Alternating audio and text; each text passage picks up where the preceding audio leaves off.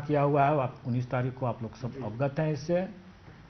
और चूंकि SC/ST welfare department का मामला मैंने पहले ही बताया था कि उसकी अध्याचना बाद में आने के कारण से उसको हम लोगों ने शिक्षा विभाग के साथ ही जोड़ दिया था।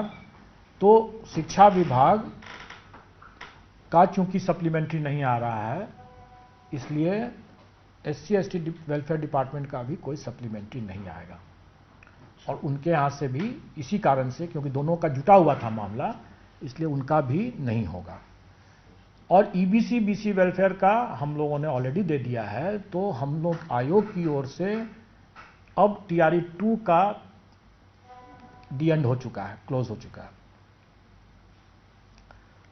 तो अब हम TRE 3 की बात करेंगे।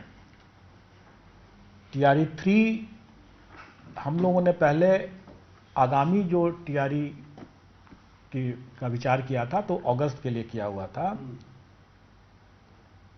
वो अगस्त में TRE होगा,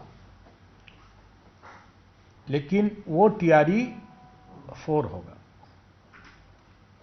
और आप TRE 3 को समझ लीजिए सप्लीमेंट्री TRE समझ लीजिए। सप्लीमेंट्री रिजल्ट नहीं आया कोई बात नहीं, लेकिन सप्लीमेंट्री TRE आप इसको समझ लीजिए एक तरह से। और वो TRE 3 होगा और वो मार्च में होगा। और अभी हम लोगों ने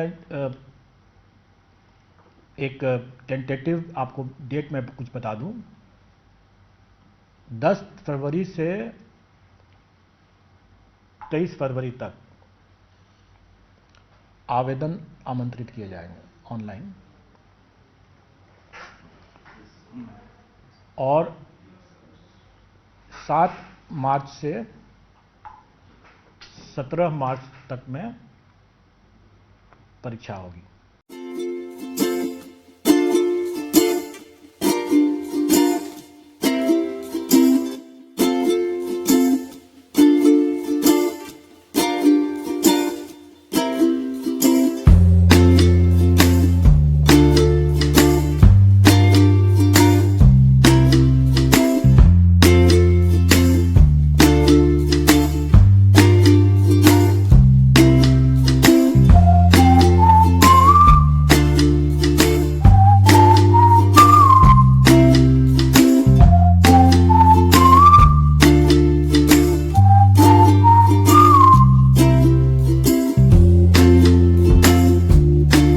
नदी से।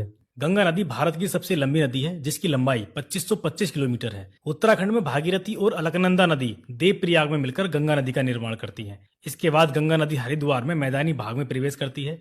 उत्तराखंड से निकलने के बाद उत्तर प्रदेश में अपना सबसे लंबा सफर तय करते हुए बिहार, झारखंड और पश्चिम बंगाल से होते हुए बांग्लादेश में प्रवेश करती है। पश्चिम बंगाल में फरक्का नामक स्थान पर गंगा नदी 2 भाग में डिवाइड हो जाती है। पश्चिम बंगाल वाले भाग को हुगली के नाम से जाना जाता है और बांग्लादेश में इसको पद्मा के नाम से जाना जाता है। इसके बाद ये बंगाल की खाड़ी में गिरते हुए पूरे विश्व का सबसे बड़ा डेल्टा सुंदरबन डेल्टा का निर्माण करती है। दोस्तों, अब इसकी सहायक नदियों को देखते हैं। उत्तर से मिलती हैं रामगंगा, गोमती, घाघरा, गंडक और कोसी। और दक्षिण से मिलती हैं यमुना नदी, चंबल, सिंध, बेतवा और केन। ये चारों नदियां यमुना नदी में मिलती हैं और सोन नदी डायरेक्ट गंगा नदी में मिलती है। इसके बाद दामोदर नदी हुगली नदी में मिल जाती है।